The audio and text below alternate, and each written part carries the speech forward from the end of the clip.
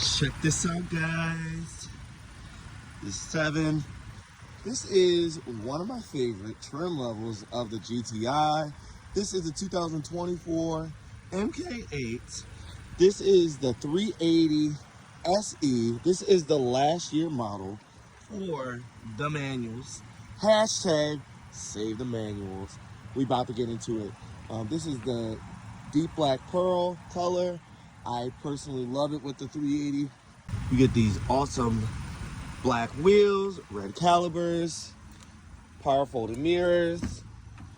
Still got this awesome houndstooth seating in here, which I love with the GTI because, I mean, if you guys know the history of the Rabbit, they're very well famous for having that interior. Still got that awesome space inside. I really like it. But what I love about this model the most is simply the fact that it is a manual. All right. And it is actually a really nice manual too. It does have a nice short shifter. Nice and short. You guys out there, how many people that are under the age of 30 comment in here, do you know how to drive a manual? It's pretty simple, pretty easy. It's almost like riding a bike, to be honest with you. I actually, believe it or not, learned how to drive a manual over the phone. My first car was a 1992 or 3 Isuzu Rodeo. I bought it for $250 and I didn't know how to drive a manual. And my friend had actually taught me how to drive it over the phone. I drove it 5 miles, only stalled out about 2 times.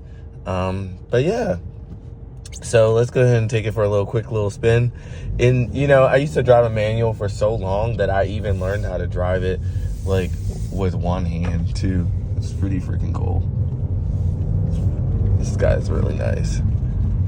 Save the manuals, dog. Save the manuals. It drives really nice. I mean, I personally, I would prefer, if I'm getting a GTI or a Golf R, I would definitely prefer to have a manual just because they are more fun to drive. Give you guys a quick little lesson on how to drive a manual for those of you that do not. All right, so this one actually has electronic parking brake, which is kind of cool because if you, so this one you have to push down up to go in reverse. But in this model, if you forget to take the brake off because it's electronic parking brake, it actually pulls it off for you, which is really cool. I usually tell people that when you are driving a manual, that you should, at least with the newer cars, a good feature to have is that the backup cameras, because sometimes, with the first gear being near where the reverse is, some people might mistakenly put it in first gear. So at least you know that you are in reverse. This is a 6-speed manual. Really nice. I love it.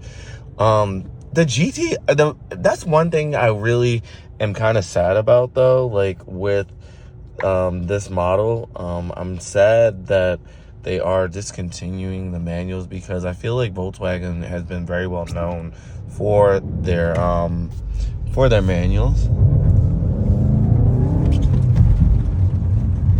Yeah, this is really nice. This is a really fun daily driver car. It's very easy to drive, and as you guys see, even for me, driving with one hand is it's possible. You just kind of get used to it. I'm also left-handed too, so that might be helpful. The screen also is a little bit bigger. I noticed on the SE, you got your Harman Kardon sound system in here. Got the sunroof right here. It's really nice.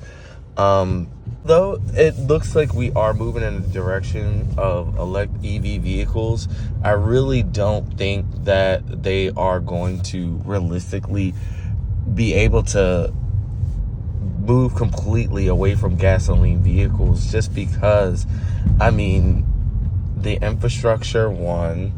I mean,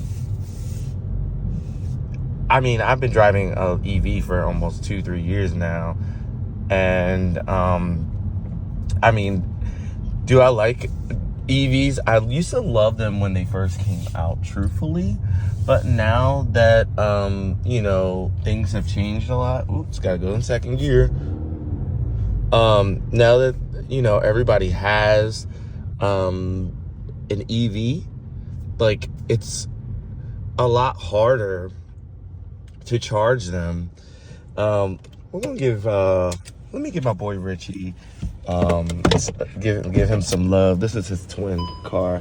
My friend Richie, he actually has this one right here. Hey Richie. He loves his car. He does a lot of driving, so he wanted something fun to drive. He really was contemplating on going in between the Golf R or going in between the 380. And I asked him, you know, do you regret going with the GTI versus the Golf R? And he said no. He said because for the price tag difference, for what you get, and then truthfully, like, if you really, I mean, I probably shouldn't tell you this, but I mean, most people that drive these cars know this. I mean, if you really wanted to make this car faster, I mean, you know, there's options available. You might void your warranty, but there are, well, in the past there were like companies out there, well, a particular company that actually you could upgrade the software on your car, and it actually would come with a warranty that came with it too as well. Some of you guys may know that company. I don't know if they're still around. It's APR. But yeah, I mean, guys, I mean, it's very comfortable. It's very easy to drive. Some people say that they don't like manuals because like of the travel, guys. So I mean, obviously, if I was driving it on a daily basis, I'd be even better at this. But they're not hard to drive. It's kind of like riding a bike, truthfully.